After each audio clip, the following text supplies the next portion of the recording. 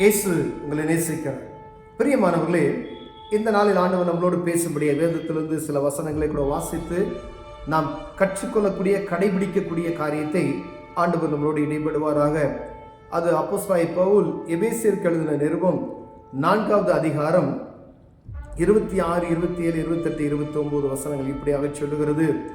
நீங்கள் கோபம் கொண்டாலும் பாவம் செய்யாதிருங்கள். சூரியன் அஸ்தமிக்கிறதுக்கு முன்னாக உங்கள் எரிச்சல் தனியே கடவது. பிசாசுக்கு இடம் கொடாதிருங்கள். கெட்ட வார்த்தை ஒன்றும் உங்கள் வாயிலிருந்து புறப்பட வேண்டாம். பக்தி விருத்திக்கு ஏதுவான நல்ல வார்த்தைகள் உண்டானால் அதையே கேட்கிறவர்களுக்கு புரோஜனம் உண்டாகும்படி பேசுங்கள்.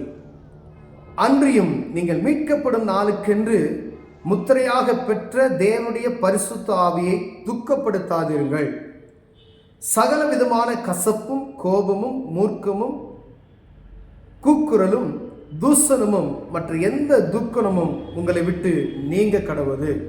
பிரியமானவர்களே, ஆண்டவராகிய இயேசு கிறிஸ்துவின் நாமத்தை அறிந்து கொண்டது மாத்திரம் போதாது, ஆனால் இப்படித்தான் வாழ வேண்டும் என்று சொல்லி வேதம் நமக்கு கற்றுக் கொடுத்திருக்கிறது. பிரியமானவர்களே, எல்லாரும் மாம்சத்தில் இருந்தோம், ஆண்டவரை அறிந்து கொண்டோம், பரிசுத்தமை வாழுவதற்கு நம்மை ஒப்புவித்திருக்கிறோம்.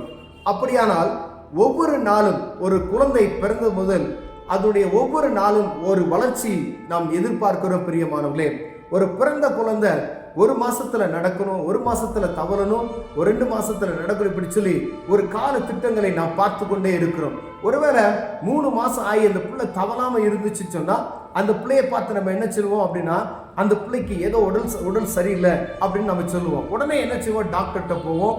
அதை போய் என்ன உடனே அதை சரி செய்வதற்கான வாசலை நாம் பார்ப்போம். பிரியமானவர்களே, அதே போலதான் ஆண்டவரை அறிந்து கொண்ட ஒவ்வொரு மனுஷிக்கும் ஆண்டவர் இந்த காரியத்தை வெளிப்படுத்துகிறதாவது, இயேசுவை அறிந்து கொண்ட நீங்களும் நாங்களும் எப்படி இருக்க வேண்டும் என்றால் இப்படிதான் வாழ வேண்டும் என்று, பரிசுத்தமாய் வாழ வேண்டும் என்று, ரட்சிப்பை அடைவதற்கான நேர்கோட்டு பாதையில் நடப்பதற்கான வாசல்களை சொல்லியிருக்கிறது. பிரியமானவர்களே, நீங்கள் கோபம் கொண்டாலும் பாவம் செய்யாதிருங்கள். அநேகருக்கு எல்லா மனிதரும் சாதாரணமான மனிதர்கள் தான், மாம்சமான மனிதர்கள். ஆனா கோபம் எல்லா மனிதனுக்கு வருகிறது நாம் அறிந்திருக்க முடியும். ஆனால் கோபத்தில் வரக்கூடிய காரியத்தை அடக்கிக் கொள்வதற்கு பரிசுத்த ஆவியார் நமக்கு உதவி செய்வார். அப்படியானால் பரிசுத்த ஆவியார் அனுதினம் நாம் தரித்து கொண்டவர்களாய் காணப்படும்படி அழைக்கப்படுகிறோம். கோபம் வரும், அதை கோபம் வந்தாலும் நீங்க பாவம் செய்யாதீர்கள்.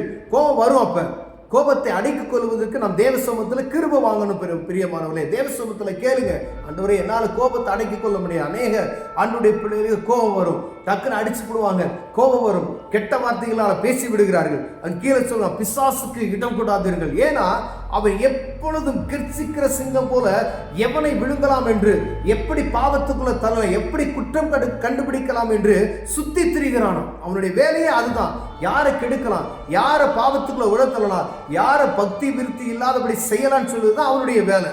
கெட்ட வார்த்தை ஒன்றும் உங்கள் வாயிலிருந்து புறப்பட வேண்டாம்.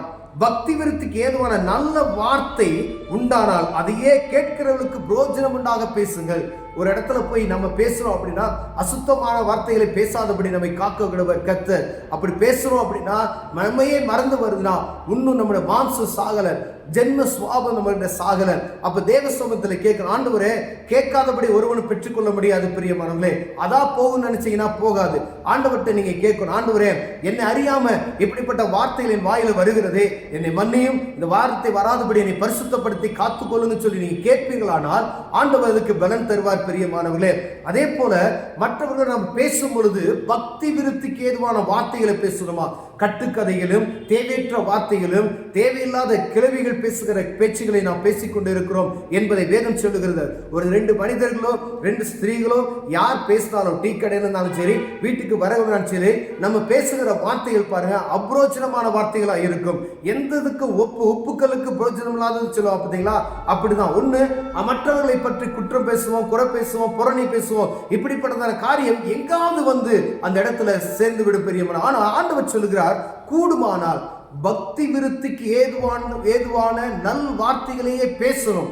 நீங்களும் நாம் 2 பேர் பேசணும் அப்படின்னு சொன்னா ஆண்டவருடைய வார்த்தைகளை அறிந்து கொள்வதற்கு, பரிசுத்தமாய் வாழ்வதற்கு என்ன செய்ய வேண்டுமோ அப்படிப்பட்டதான காரியத்தை செய்வதற்கான காரியங்களை நாம் இடைபட வேண்டும், பேச வேண்டும் என்று வேதம் சொல்லுகிறது. பிரியமானவர்களே, மற்றவர்களுக்கு அது பிரோஜனமா இருக்கணும். நீங்க 2 பேர் பேசிக்கொள்வீங்க அப்படின்னு சொன்னா அங்க பக்கத்துல உட்கார்ந்துறவங்களுக்கு அந்த வார்த்தைகள் நிமித்தம் பிரோஜனம் உண்டாகும்படியே பேசுங்கள் என்று சொல்லப்படுகிறது.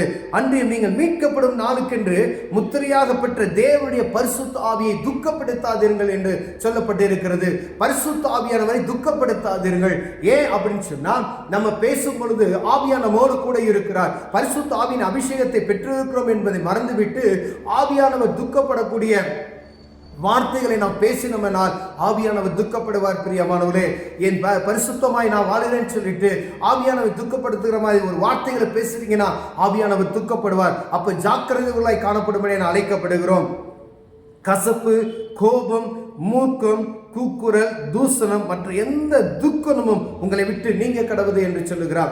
இந்த மாதிரி அருவருப்பான காரியங்கள், ஆண்டவருக்கு பிரியமில்லாத காரியங்கள், வம்புகள், சண்டைகள், மூக்குங்கள், கோபங்கள், கூக்குரல்கள், தூசணமான காரியங்கள் இவையெல்லாம் விட்டு நம்ம ஆவிக்குரிய வாழ்க்கையில் எடுத்து போடணும். இப்படிப்பட்ட காரியங்கள் இருந்துச்சுன்னா ஆவிக்குரிய வாழ்க்கையை கெடுத்து போட்டு விடும். பிரியமானவர்களே, பரிசுத்தமாய் வாழ்வதற்கு இந்த மாதிரி காரியங்கள் ஒரு நாளும் துணை செய்ய முடியாது. அப்ப எந்தெந்த காரியம்லாம் இதை விடணும்னு சொல்லணுமோ அந்த காரியத்தை பரலோக தெய்வத்துக்கு நேரம் நீங்க தெரியப்படுங்க. ஜெப நேரத்துல இயேசுவுக்கு தெரியப்படுத்துங்க. அவர் இதை விட்டு விலகுவதற்கு தேவன் உதவி செய்வார். ஐயா, நான் வம்பு சண்டைக்கு நான் போறேன், இதுல இருந்து நான் போகாதபடி என்னை காத்துக்கொள்ளுங்க. என் வாயை திறந்தா அசுத்தமான வார்த்தைகள் என்னை அறியாமல் வந்து விடுகிறது, அதை வருவாதபடி என்னை காத்துக்கொள்ளுங்க அப்படின்னு சொன்னீங்கன்னா ஆண்டவருக்கு பலன் தருவார். பிரியமானவர்களே, தேவையற்ற பேச்சுகள், எங்கு போனாலும் புறணி பேசு, மற்றவங்களை பத்தி பேசு எண்ணம் என்னை விட்டு போக மாட்டேங்குது. அடுத்த ஊழியக்காரர்களை பற்றி பேசுகிறது, அடுத்த குடும்பத்தை பற்றி பேசுகிறது, அடுத்த சகோதரனை பற்றி பேசுகிறது, இல்லாத நபர்களை பற்றி பேசக்கூடிய இப்படிப்பட்டதான காரியங்கள் நமக்குள் இருக்கும். ஏன்னா தேவ சமூகத்தில் கேட்கும் பொழுது ஆண்டவர் நமக்கு உதவி செய்ய வல்லமையுள்ளவராக இருக்கிறார். பிரியமானவர்களே, வேதம் சொல்லுகிறது நீங்க இப்படிதான் வாழணும், பரிசுத்தமாய் வாழணும். ஒரு ரட்சிப்பின் அனுபவத்தை பெற்றுக்கொண்ட மனிதன் ஒவ்வொரு நாளும் ஒவ்வொரு பாதையில முன்னேறி செல்லும்படியா ஆண்டவர் அழைக்கிறார். ஒரு குழந்தை எப்படி வளர்ந்து ஒரு நல்ல திடமான ஒரு புருஷனாய் மாற வேண்டும் நம்ம விரும்புகிறோமோ அதே போலதான் பரிசுத்த ஆவியானவர் அனுதினமும் நம்முடைய ஆவிக்குரிய வாழ்க்கையில நலந்து தரமான ஒரு புருஷனாய் வாழ்வதற்கு நம்மை அழைக்கிறார். பிரியமானவர்களே, ஒருவேளை அந்த குறைச்சல் உள்ளவராய் காணப்பட்டால் முடமான குழந்தையை போல, முடமான மனிதனை போல நாம் காணப்படுவோம். பிரியமானவர்களே, என்னுடைய ஆவிக்குரிய வாழ்க்கை முடமாய் இருக்கிறது என்று நாம் கண்டு கொண்டால் தேவ சமூகத்தில் போய் உடனே அதை சரி செய்ய முடியாது. இது ஹாஸ்பிட்டலுக்கு போக வேண்டிய காரியம் அல்ல. தேவ சமூகத்தில் காத்திருந்து புது பலனை பெற்றுக்கொண்டு ஆண்டவரே என் பாவத்தை மன்னிங்க, இந்த காரியத்தில் நான் சரியா என்ன நடக்க முடியல, நான் குறைவுள்ளவனாய் இருக்கிறேன் என்று தேவ சமூகத்தில் ஒப்புக்கொள்வோம். ஏனா அவர் அந்த காரியத்திலிருந்து நம்மை மீட்டுக்கொண்டு பரிசுத்தமாய் வாழ்வதற்கு, இந்த ரட்சிப்பின் பாதை அடைவதற்கு நம்மை வழிநடத்த வல்லமையுள்ளவராக இருக்கிறார். பிரியமானவர்களே, கர்த்தர் நமக்கு நியமிக்கப்பட்ட பாதையில நேராய் ஓடுவதற்கு உதவி செய்வார். கண்களை மூடுவோம், ஜெபம் செய்வோம். அன்பின் தகப்பனே, ஆண்டவரே, வேதம் எங்களுக்கு நாங்கள் இப்படிதான் வாழ வேண்டும் என்று கற்றுக் கொடுத்திருக்கிறது. பிரியமானவர்களே, அப்படி வாழ்வதற்கு எங்களை சரிப்படுத்திக் கொள்ள, தகுதிப்படுத்த எங்களுக்கு கிருபை பாராட்டுங்க. இயேசுவின் நாமத்தில் பிதாவே, ஆமென்.